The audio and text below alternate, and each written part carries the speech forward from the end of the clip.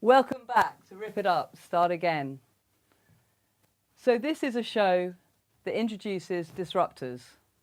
What are disruptors?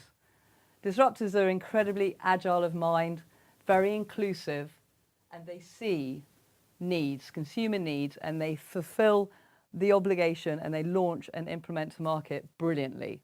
They somehow create teams around them that actually make this happen.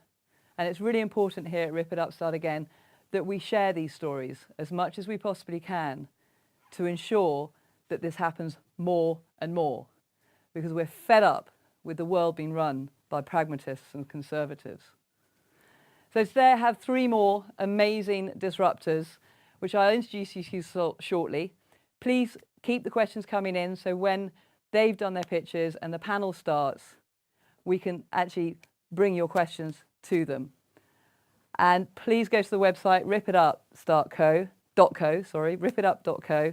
and vote for the poll for who you want to be hosting the show in June of next year. At the moment on the leader book is Vida, Divika,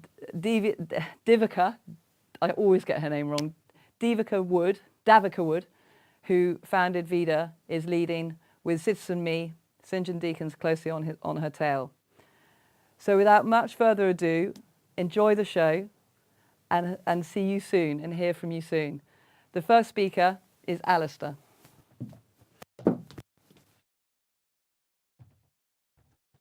Hi guys, I'm Alistair, founder of Saber. We're an HR tech company. We build software to build better teams. Our vision is, what would the world look like if every team was performing at the top of their game? And how much better would that world be? How much more exciting would it be? How much faster would we go? How many more interesting problems would we solve? And our mission, the mission that we're on, is to put a digital team coach in the hands of every team.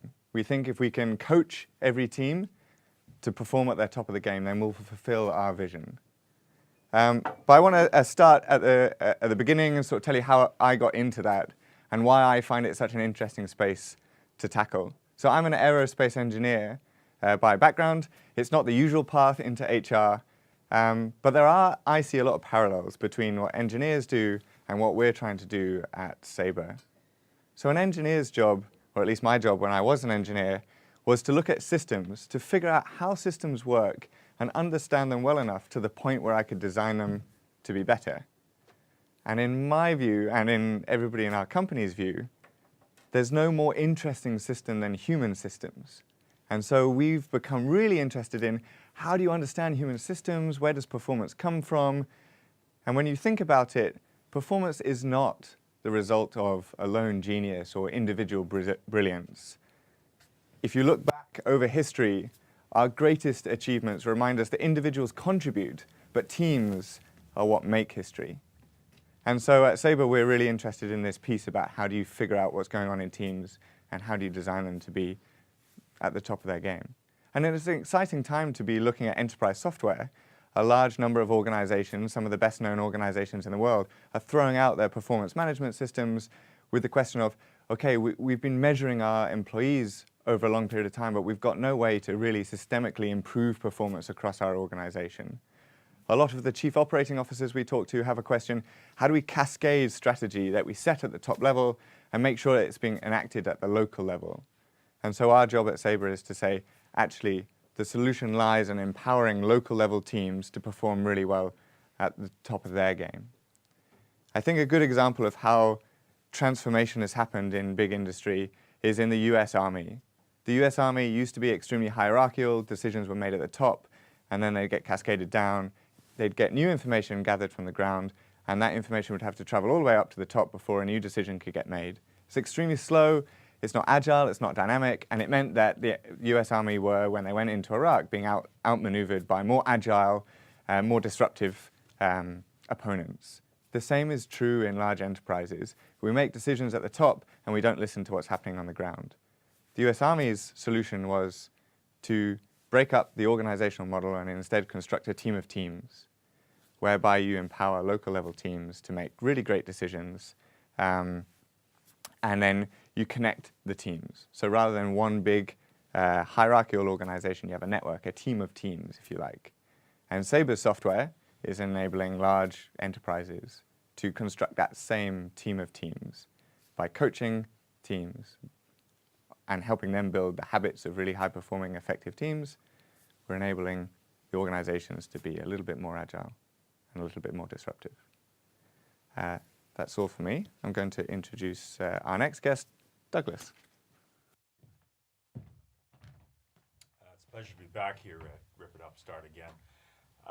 My story, this is actually my third startup, so I've been doing this for a long time, over 20 years. The inspiration for this one is that I believe we're in a world where there's a fundamental shift away from the world of correspondence that I grew up with. I learned to touch type on a mechanical typewriter 30-odd years ago. I stood by fax machines after university, feeding that correspondence, and graduated onto email. And my children, they don't recognize that world any more than they recognize the phonograph player that's in the attic. And their world is one of conversation, and conversation for them is primarily about instant messaging.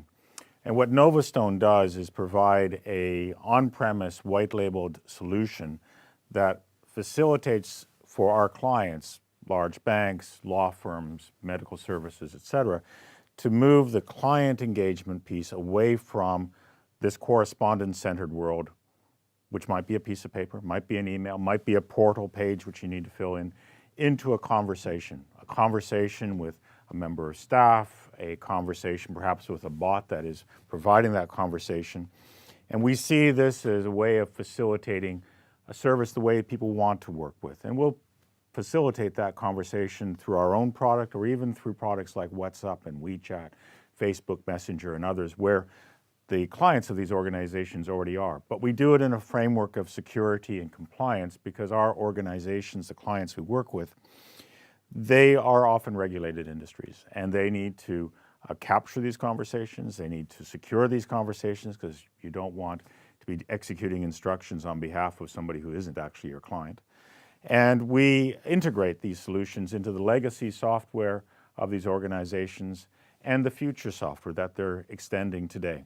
The result is a transformation in terms of engagement levels with clients, a dramatic reduction in cost as you move away from the paper and correspondence-based world. And this is one of the reasons why we're so successful in the markets that we're working with. Funny enough, our fastest growing market is in Asia, where the shift from email to IM is basically complete. If you have any experience working in Southeast Asia, you'll know that most people there are already using WhatsApp and WeChat to do most of their business. And that's a world which Novastone is helping our client organizations engage with those same people. We're based in London. We are excited about what we are doing here. I'd like to thank you for this opportunity at Rip It Up, Start Again. I'd like to introduce Darren now. Thanks.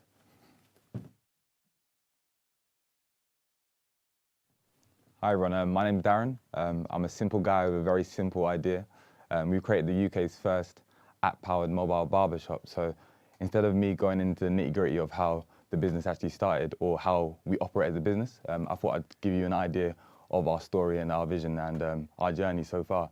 So the idea actually started off as a result of like a pretty weird or awkward situation. So I was actually dating a girl at the time, and we were going through a little bit of a rough patch. She encouraged me to basically put more effort into the relationship. So I agreed to both myself and her that I was going to take her out on a date on a Tuesday, and the Tuesday came. And in true Darren fashion, I left everything very, very last minute. I didn't know what I was going to wear, didn't buy her flowers, didn't book a table at the restaurant, but most importantly for me, I didn't have a trim. So I called up my barber and I was like, yo, Munya, please see me at 2 o'clock. And in that space of time, when I was traveling to Munya, the barber, 2 to 3 customers would have gone in before me. So I ended up waiting for about 2 to 3 hours. And to cut a bit of a long story short, I ended up being late to my own date. So a week later, I'm trying to reflect on life. I'm trying to reflect on why I'm single. And I came to the conclusion that the reason why I'm single is because the barbering industry, the process of actually making an appointment and booking is broken. So I decided that I wanted to rip it up and start again and bring the user or bring the barbershop experience to the user. So what we've decided to do, we thought it was a good idea to put a barbershop in the back of a van and allow a user to book an appointment through an app straight to the user's location. So that's what we've done, and thus far it's been an amazing experience. So I'm really excited to, I suppose, dive into this a bit more and again tell you how we ripped it up and started again. Thank you.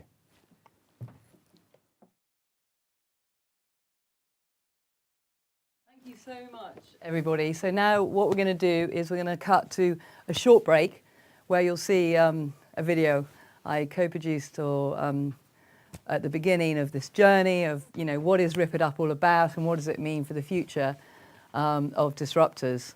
And I guess my love of those type of people that are really disrupting the world as we know it today. Then we'll be back after the break with the panel, and please tweet. And guys, introduce me to disruptors. I've got to keep this going. We've got to build this community together. Thanks very much. I think we're tired of doing things that are unrewarding to the human.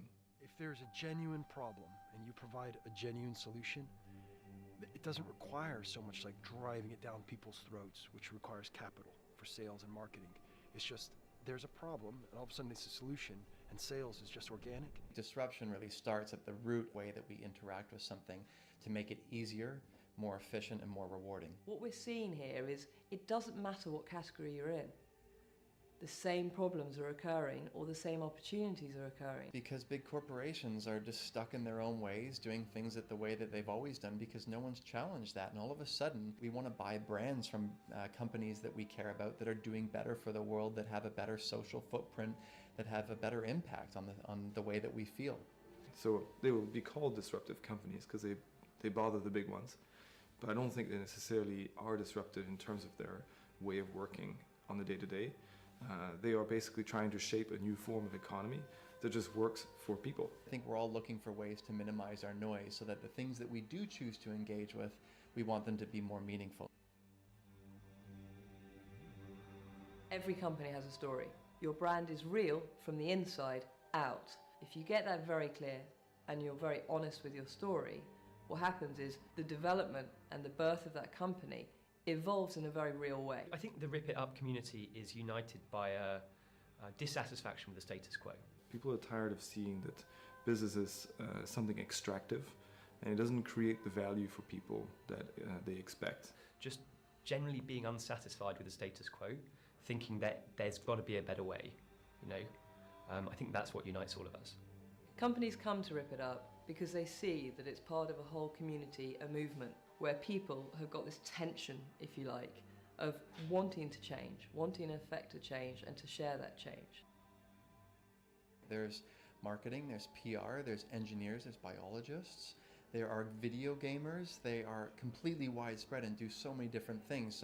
But all those skills become an asset pool to everyone that goes through that system. So it's sort of like you have a nice little resource that you can tap at any time and say, hey, I need this, and then hopefully that community can answer. And if that community can't, they have obviously their own communities that they can reach out to as well. I want people to come to me and say, I've got a business proposition and I want to share it on your stage. I want to be part of this movement, if you like.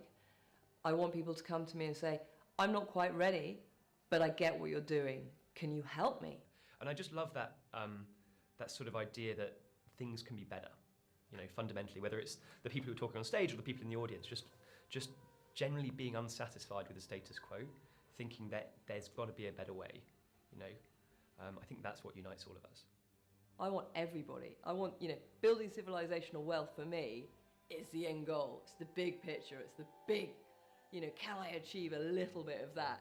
I would love to. I would love to. I'm sure just little old me won't, but if I can... I think we're tired.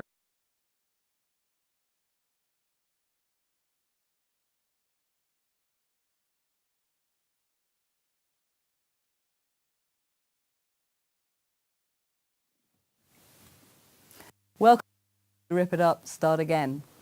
So we've got our panellists all together, so I'm going to ask some questions. And I thought, in light of the more entertaining story from Darren, I might start off with you. Now, obviously, I know that the large problem that you're solving is getting good at being a date, right? A hot date, or is it? No, sorry.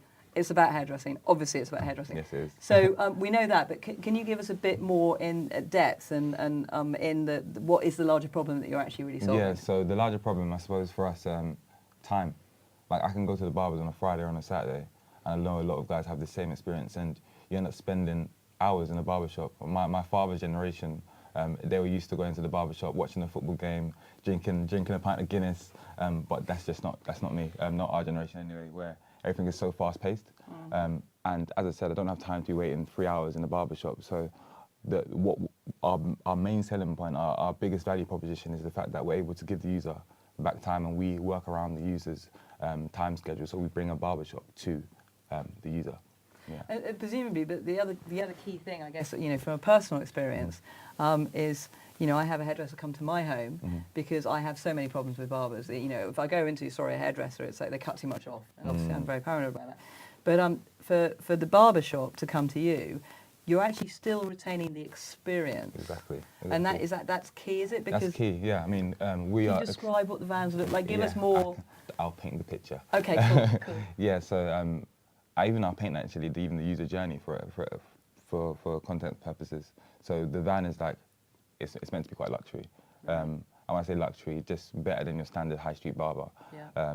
We've got like really nice the barbering chair, it's got chrome and the whole jazz, and it's got pictures inside of it. So when you go into the mobile barber shop, even though you see a van, you come in and you're like, wow, like it has got that wow factor. Right. And the really important thing for me is because when we actually decided to bring the barber to the user, it's actually the logical process or thought process would be just bring the barber to the user's house. Yeah. But what we wanted to do is actually keep that barbershop experience. Yeah, exactly. And effectively allow a user to come out their house, but the barbershop be there. And what we found is for example, our customer base, it's around like 18 to 30. A 24-year-old, for example, like myself, I'm still living with my parents. And it's a little bit awkward having to tell your mum or your dad, the barber's coming into the kitchen, there might be hair around. We wanted to just allow the user just to feel comfortable in a space built for them outside their house. I think that's key, and I think it's really, really interesting. Thank you. So, Douglas. One question, can you still get a Guinness in the van? No, you can't get a Guinness, but you can get a cup of Hennessy. So, so we still got the alcohol factor in there. Very good. Okay. So what big problem are you solving? I just feel that this secular shift away from the world of correspondence to that which is conversationally centered has a long ways to run. In our personal lives, we've seen how BBM 10 years ago, let's say, had morphed into WhatsApp and other similar platforms, and it's conquered our personal spaces.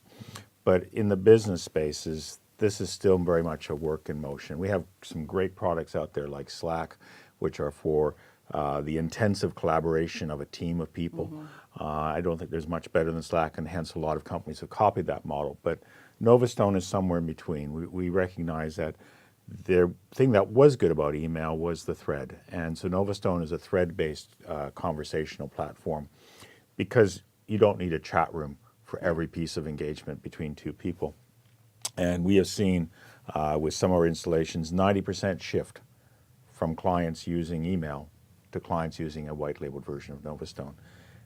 It's a journey. I love being at the forefront of these journeys. This is my third startup, and the previous wave I rode was the advent of online shopping, and the previous wave to that was the advent of storage management solutions in the 90s. The excitement never loses me, though. I'm always excited. You're focusing very much, we'll talk about scale later, but you're focusing very much in particular sectors because of, if you like, the strength of this thread. There's a degree of confidentialities?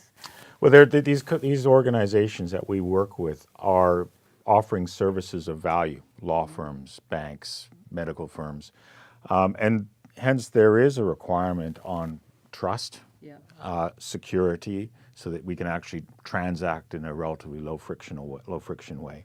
And to meet the requirements of our first client segments, the banks, was not easy. There was a lot of people whose job was to say no to innovation at those banks. And we had to not dismiss those requirements, but understand them and surpass their expectations. Yeah, I'm sure. So it's very, very, very thorough. Very, very thorough. And having met the requirements of a financial industry, it's easy then to take it to other industries, which, although they have similar requirements, are not at quite the same level of security and compliance. Okay, well, I want to come back to that point of Yeah. trust on the next question, but what's the main big problem that you're solving? I think the big problem that we see in the enterprise space at the moment, from an HR perspective, is performance management. Performance management has historically been, an annual review by your manager where you get put on a 1 to 5 scale, and if you're a 5, you might get a promotion, a pay rise. If you're a 1, you might get fired. If you're a 2, a 3, or a 4, you get nothing. Right. You get no incentive. There's no motivation to try harder. You just continue for another year. And you also have very little sort of concrete ways to improve your score.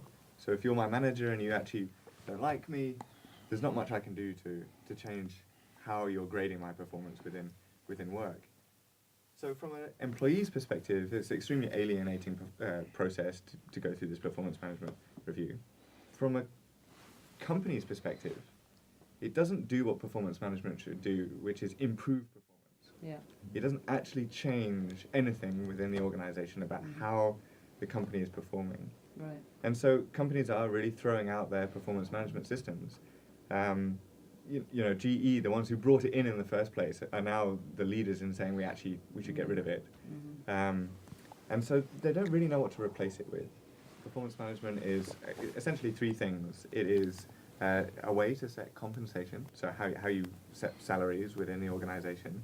It's a way to track progress against goals that you set. And thirdly, it's a way to have coaching conversations or improve the performance of your employees. So it's more about almost managing risk opposed to building the culture from within. Old school performance management is a way to measure employees, not a way to improve teams or the performance in the organization. So we think, or the piece of the puzzle that we want to solve is really how do you improve performance, not just measure it. And so we think if you could take a human coach and you could teach a computer how to coach teams, how to coach individuals, how to coach managers, then you could have an incredibly scalable way to elevate the performance of everybody in the organization. So that's exactly what we've done. It's really interesting because it makes me think of, people have heard me say this perhaps before, but humans are great at communication, cooperation, and creativity, and that's imagination or anything. That's what we're really, really, really good at. And has anybody really done this analysis? And I think your company almost has sort of by default of them what AI is brilliant at, which is the pragmatism side of things. It's the administration. It's all the stuff that we actually as humans don't enjoy as much. And it's almost like what you're doing is you're saying, here we go, let's just combine that together in a much more constructive way. Yeah.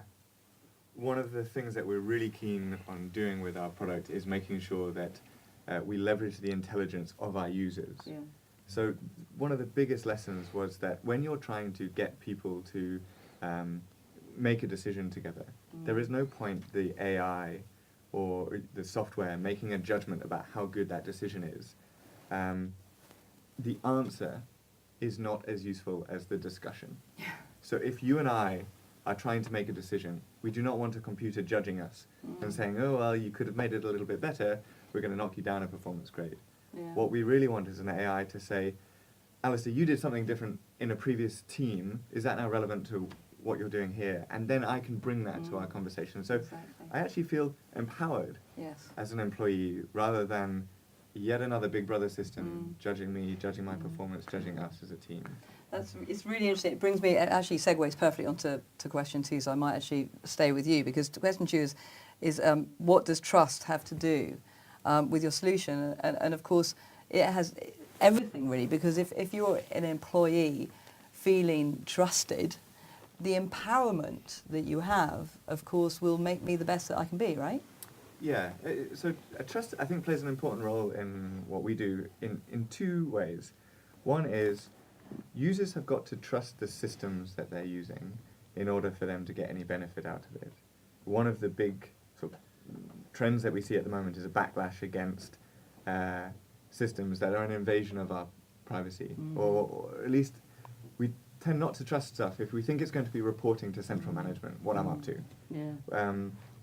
One of our clients was telling us the other day that they had a sort of goal tracking tool or a feedback tool, and no one was using it because as soon as you logged a piece of feedback, it would create a task against that, and you would then it would report that task to your manager, and then you would be responsible for executing that task. So obviously what people did was stop using the tool because then they have fewer tasks. So trust is first of all acts that you've got to trust that the systems have got your interest at heart, not somebody else's interest at heart, and you're going to be manipulated. But trust is also very important between team members. I was going to say, yeah. So if you think about the performance of teams, a huge amount of that depends upon the relationships that get formed between people. Yeah, absolutely. I mean, this is really key in Novastone, isn't it? Because I remember when we first met many years ago, what struck me and has never left me is the fact that, you know, in email, if I invite somebody into my discussion, I've actually shared that contact that I may not want to have shared. Okay? Correct. I'm thinking probably this is more important in you know, sort of board level and stuff, but there's a degree of not losing sight of who you want to share. But with Novastone, that's not the case. No, in fact, we've just got word last week that we got our patent granted on exactly this area, which we call asymmetric chat. So if you're my client and you say, Douglas, I'd like to know more about Eskimos, I say, well, I'm not the Eskimo expert, but Tom is. I can add Tom to this conversation with you.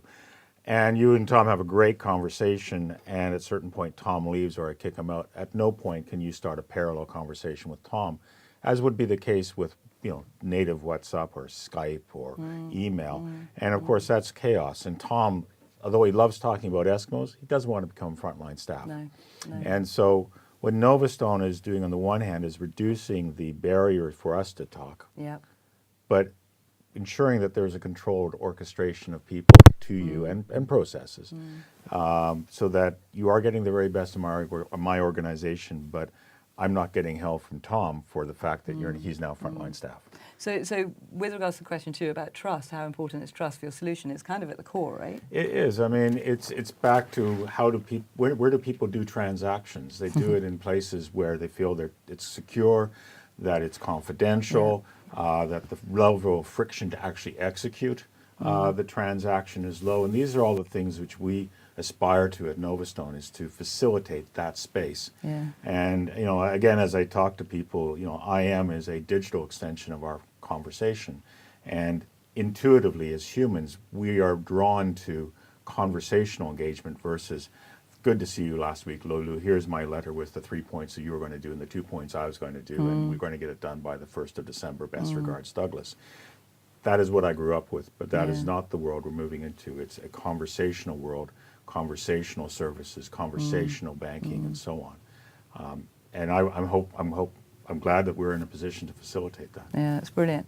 And Darren, to you, what I've heard over and over again, you know, the whole hairdresser world, if you like, because it is a huge experience on every level. Like, I might take way longer having my hair done than you. I mean, 3 hours, that sounds crazy. I'm in and out in about 20 minutes, but it is an experience, and there's a relationship.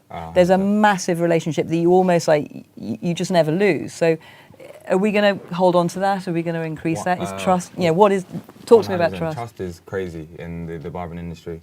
It's actually, I'm a guy with 1,000 stories, by the way, so I always refer back to a story. But literally yesterday, so we were trying to win some business from a blogger and influencer, a guy called Mr. Exposed. And one of my colleagues was like, how loyal are you to your barber? And he's like, I'm going to pay for his children to go to university. That type of loyalty. Whoa! Obviously, he's probably taking the piss, but it just goes to show that, like, you can't cheat on your barber. No. It's just a thing that you can't cheat on your barber. And for us, trust for us is like, it starts off actually when we market to our customers, like showing that we're able to create an amazing haircut. But not only that as well, like our branding and the fact that it's slick and it's cool. Hygiene, for example, like you need to make sure that like haircuts are something that can get infected and all that type of jazz. So we need to ensure to our customers that, you know, we're using the best standards when it comes to hygiene and whatnot. So for us, like, trust is massively important. Really you can't important. cheat on your barber. But obviously you're going to be asking a lot of people to cheat, right? Yes. If your barber's rubbish, come to me. Yeah. Brilliant. So validation of idea. I don't know who wants to answer this I want first. to hear Darren. Go on Yeah. then. Let's stay with Darren. Get your In first terms- customers. How do we get our first customer? In fact, so we built like a little bit of a waiting list before we launched it, and we got fully. So for us, validation for us came simply through getting customers. Yeah, so we of built the course. van, and we said to the world, look, we're out, we will come to you. Luckily for us, like we got a few celebrities that started using it. In fact, one of our like big celebs, one of the people that actually started using us and that led to a lot of traction was Charlie Sloth. So he jumped in the van, he got a haircut, put on his socials and whatnot, and we got a lot of traction as a result of that. So for the last like 4 months, we were fully booked out like every single day, like just to not, you couldn't book an appointment with us, which is How many vans do you have out there, Darren? just the one. Just the one at the moment, So that okay. we were in our validation stage. Right. Once we were comfortable with that, we actually went to investors and were like, we've got a van, it's got a barbershop in the back of it.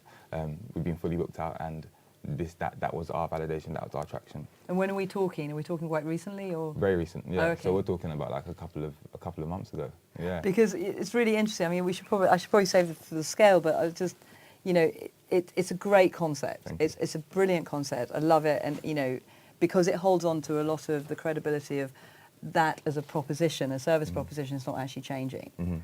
It's very easy for people to understand and get their head around, because a lot of the world of tech has brought like confusion, and obviously if anyone's confused, they won't engage. Exactly. But just ordering online on an app, your hairdresser, but it's copyable. So that's the threat to your business, isn't it? So you need to basically focus on. Then I suppose for us, like the way we kind of have defense about that is, first of all, in the barbering industry, again, people are not very technical. I'm Right. not very technical for myself, but luckily our CTO, he's a genius, he's a whiz. So our tech is a bit of extra line of defense, but on top of it as well, we have like ridiculously strong branding. Right. And that's what's going to stop us or stop someone from copying us. I mean, Yeah. if they do want to copy, they have to make sure that they're at the same level of us in regards to our branding and our tech. So you've gone in as a really strong leader. yeah. So validation, how did you get across that leap?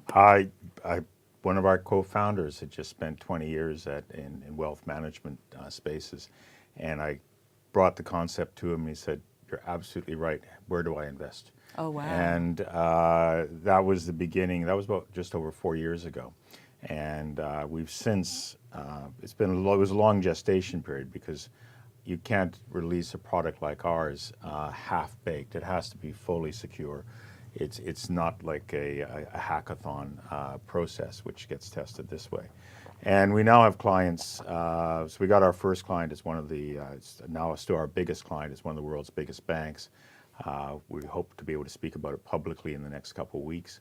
But it started in one part of the bank, and then it's moved to another part of the bank, and to another part of the bank, and to another part of the bank. And we're just so excited being on that journey with that bank and its peers. So that's how validation came. What's been really exciting is to see how we're now being pulled into other spaces where, again, the framework is conversations of value, probably a regulated industry, security and confidentiality are essential. Right. Alistair, what validated it for you guys? We initially started out just super curious about, like, where does performance come from in teams? And we were really interested in this concept of, well, can you like predict relationships between people? And we did we tried to, it's very easy. If you go into a team and you sit down there, you can see the dynamics going on. A computer can't do that. Yeah. So we wanted to see if we could teach a computer to understand relationships in a way that it could predict whether two people who had never met would have a good relationship or not. So we spent ages like trawling through data from online dating websites and all sorts of places where we could get data from sort of relationship-based environments. And after about 3.5 million profiles of online dating and looking at successful matches, and we define a successful match as two people who meet online and then close their account. Right. That's online dating is quite a transactional world. Wow. So people go on a lot of dates, but they leave their profiles open, like just in case they meet somebody better. Oh my gosh. So when you close your account because you're in a relationship with somebody, you're saying, okay, not only is this person better than anyone I've met so far, but they're better than anyone I hope to meet in the future. And it's a Nice. very significant psychological shift. Yeah. So we looked for patterns in the data of these successful matches, and there were really clear patterns around data points that you would never think to were important, but could quite easily predict relationships between people.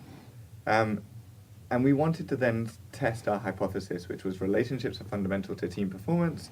So let's go and find a place where there's loads of new teams who are in a place that's easy to judge their performance. So we went to business plan competitions at universities. The very first one, I was bragging to a professor at Bristol University. I was like, I got this amazing way to predict team performance. Never done it before, it was just an idea. And he said, well, go on then, I've got a business plan competition coming up next week. It's a week long. It's going to be about 8 teams with about 8 people in each team. Come and predict which team's going to win. So I panicked, went home, wrote a bit of code, sent out some questions to each individual who was applied to be at the competition. He then told me which team they got put into, and we ran each team through our algorithms to see if we could predict which team would have the best relationships and therefore the highest performance. We sent our predictions in on Monday, and on Friday, when the judges revealed their ranking, our ranking matched up precisely. So we got the precise ranking of all 8 teams spot on. That's crazy. And it was a really interesting, oh wow, the performance of teams can be measured. Yeah. So instantly Because off that's the the back key, of isn't that, it? Because of course you could argue, well, the humans got it right. yeah, well, the humans got it right, the machine got it. There are lots of questions, but enough companies said to us, that's really interesting, come and help us design teams within our business. But the real validation came when we started going out and profiling teams within organizations. We were revealing inadequacies in these teams all over the place. And the big demand for them was, help us fix the teams.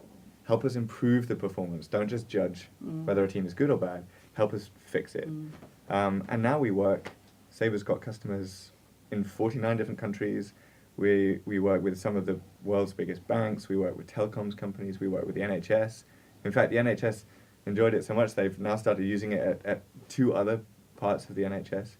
So this whole problem of how do you get people to work together in a very productive way, consistently, is such a ubiquitous problem. Yeah, every organization absolutely, wants to get the maximum out of their people. Well, it's not only that, is it? I mean, we do as individuals. I mean, the most important thing to most people, human, is fulfillment. Yeah. Actually, it's not always about the money, which everyone always seems to go back to. It's about real fulfillment.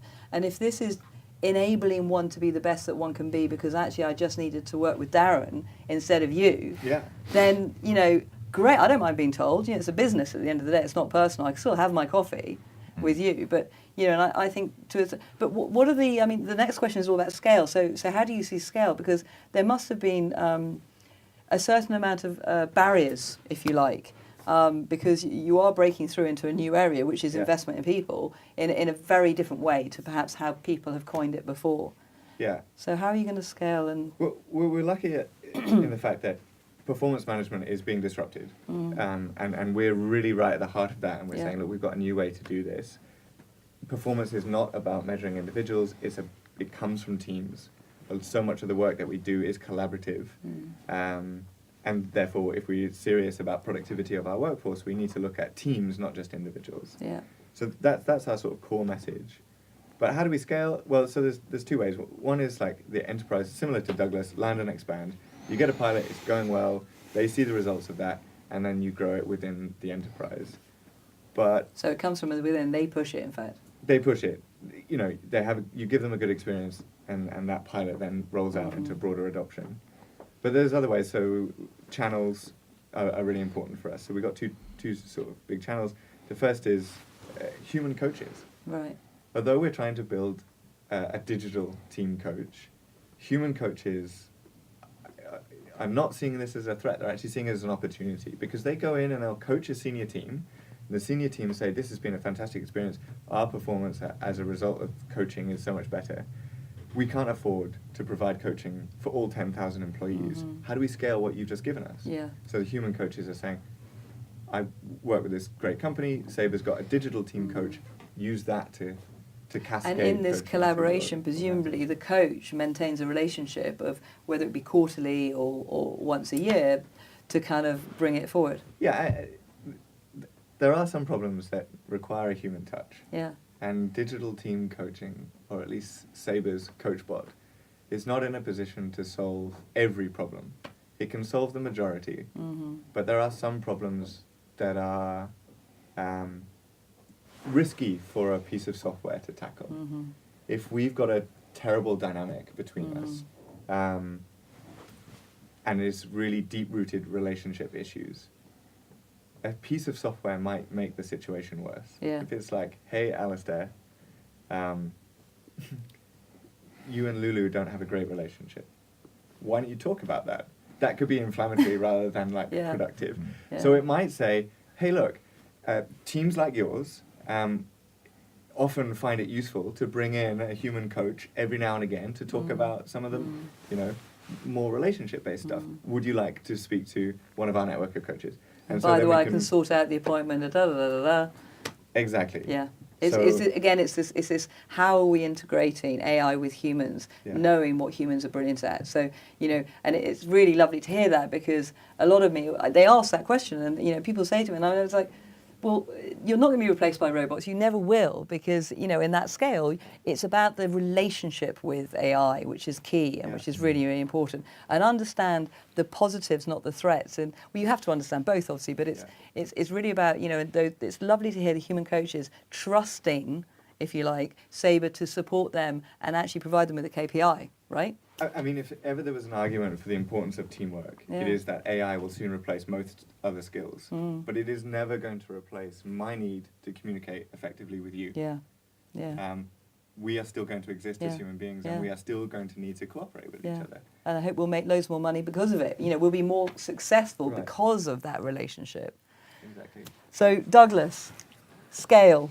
Yeah, well, we can't, our installations tend to be large and intensive, and we will not scale on our own. We will scale with partners. Right. You know, we have some relationships now with large consultancy firms.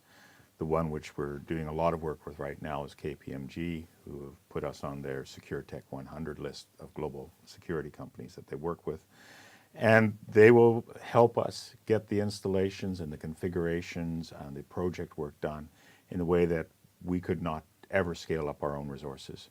And our solution is complementary to their services, complementary to the relationships they've already established with many installations through the years. So we can go back to many of those installations that they have done and said, that was a great piece of software we sold you 6 years ago, but it was all based around email and portals and paper. How about if we add a conversational IM framework to that set of processes? The processes are fine. Let's just upgrade it and make it hot and sexy and relevant for the next 10 years. Verbally, actually, you know, we start talking. Well, no, I mean more that the processes which currently spit out emails or send you to a portal to fill in a form become an IM driven, so the software is talking to the client or to the staff member. And we reimagine all these processes as secure recorded conversations. And this is where we drive down the operational cost of organizations compared to current processes. But it's also about saying to those legacy software installations, your processes are fine, they just have to now express themselves as a chatbot or as a process that is driven by conversation, not by, please go to this website and spend the next 15 minutes filling in pages and pages of forms. People don't respond well to correspondence the way they respond to a conversation. No, of course not. But the key, I mean, it's a bit like, you know, Amazon became, their vision was to be the best deliverer of whatever. You know, it started in books, but, you know, for you at Novastone Media, you know, it's about creating an infrastructure that is so private in any type of, you know, the growth, the scale. The media is the key word here. Right. It's a specific type of framework for those industries, as I said, which are regulated, secure, confidential, for them to express both the human value of those relationships and services, but also the legacy software and processes. Stop filling in paper, stop sending out papers, stop sending out insecure emails, turn it into a secure conversation. And again, back to the scaling, you know, as today most of our business is done directly by us. Increasingly, though, it's being done with partners, and we think we're on a very exciting ride for the next couple of years as we help them work with clients who already have software, but just re-express that software in a new way. Because you can plug in and, you know, it becomes a reseller kind of model. of It's an sorts. upscale. Yeah. You know, Yeah. your software you spent tens of millions building, deploying. We're not coming to you to say, throw it out. We're saying, think again about how you can extend that proposition, that process, as a conversation with your clients. Conversational banking, conversational legal work. It has to be the future compared to filling in pieces of paper. Yeah, no, completely. I entirely agree. Darren, scale. Talk to me about the scale. Yeah, How is it exciting? Is it too soon? Yeah, no, we can definitely talk about scale now. Good. But even before we talk about that, I actually want to say to both of you, like, thank you, because I'm the non-technical co-founder on our team. So when we're talking tech, sometimes I'm like, oh God, it's going over my head. But I actually understood both of you. So you have done a great job at communicating. So in regards to scale for us, it's quite simple. As I said, simple guy, simple idea. We put more vans on the road. Yep. So more mobile barbershops, and we make sure our recruitment process is just really like shit tight. Like, so making sure we've got the best barbers in the best areas for our clientele. Eventually, we want to be able to actually franchise the model as well, so that will help us like rapidly grow, because our goal is to go from 1 van to 1,000 in 5 years. So Very, very quickly. yeah. And I don't know if I can you say this on live TV, but I'm going to say it anyway. And you are going to go white as well. You're not going to stay black, are you? 100%. So one Great. of our problems at the moment is that we've got a black guy. So the barbering industry is fragmented by ethnicity. Yeah, So if it's I'm really walking down the high street, I'm not going to go into a Turkish barber's. And it's just the way it works. So we have a black barber, and as a result, he gets black and Asian clients. Right. So it's a very simple solution to actually, or a simple problem to fix. We hire a white guy. Right. To cut our, and because we have our tech that's in front of the mobile barber shop, all of those like ethnicity barriers are always broken. So it's very simple for us. It's quite funny because. Can I ask for a black barber if I want to? Yes, if you want an amazing fade, yeah, a black barber will be able to do that 100%. Because I get an email like at least once a month, and it'll be a white guy, and it's like, I love what you guys are doing. Does your barber cut my hair? And as much as that, it's great because my emails are not public, so I don't know how they emailed me in the first place. But it's great that they're inquiring about the service, but it's quite sad because it means that our branding or our brand is not inclusive enough. But again, it's a very simple fix. Yeah. Well, we'll just get this out. I mean, you know, you heard it from Darren here on Rip It Up. This is really exciting. I love it. I mean, I think it's like everything in life. The more simple it is, the easier it is for everybody en masse to understand it and take it on board. Yeah. I mean, you know, I would do it. I'm sorry, Tony, but, you know, you need to be in the van. Your barbers bring their clients with them? No, well, I mean, they're encouraged to, but they don't have to. But I mean, there's processes that we have in place so that our barber can never take our clients. So yeah. Very cool. And so, yeah, what changes are you investing in? We've got to wrap this up quite quickly, actually. We're on the deadline now. I'm really sorry. But what challenges are you investing in for the sort of like immediate future? Or So one is our tech. Right. So there's lots of bits of functionality that we want to add, and simple things from getting a barber to point A to point B without us having to actually do anything. So we've already built that, but we want to make sure that we're able to, I suppose, make it more efficient. We're also investing in people, so the barber, the workforce, and then most importantly for us is investing in marketing and making sure that everyone knows about it and it's not just a small group of people in South London. Okay, cool. I'll definitely introduce my barber to you. Thank you.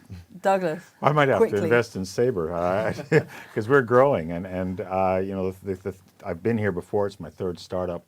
It's at that time where, as you grow, it's very easy for organizations to splinter into silos, which, you know, for whatever reason, don't work effectively with each other. So aside from the usual scaling of adding more people, both sales, engineering, and so on, it's about putting in place the processes to try to avoid this siloing effect as you add people between the different parts.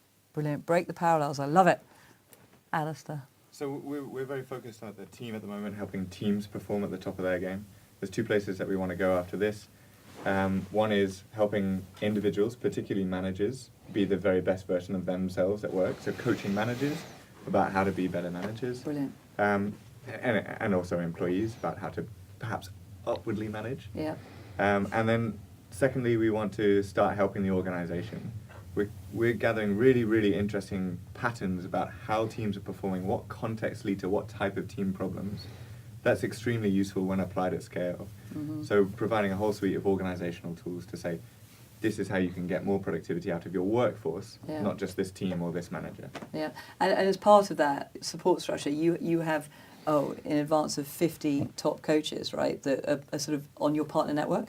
Yeah, we've got a global network of coaches that we work with, and typically they coach the senior teams, and then our software coaches the rest of the organisation. Brilliant. Well, throughout this discussion, which has been fantastic, thank you so much to all of you, has been your Twitter handle on the screen. So hopefully any coaches that haven't heard of Alistair, contact him. Tweet now. And like I said before, any disruptors out there, please contact me, lulu@ripitup.co. And I'm going to have to call today to an end now. Thank you so much, guys. It's been amazing. Been a pleasure. Thank you. Thank you. Cheers.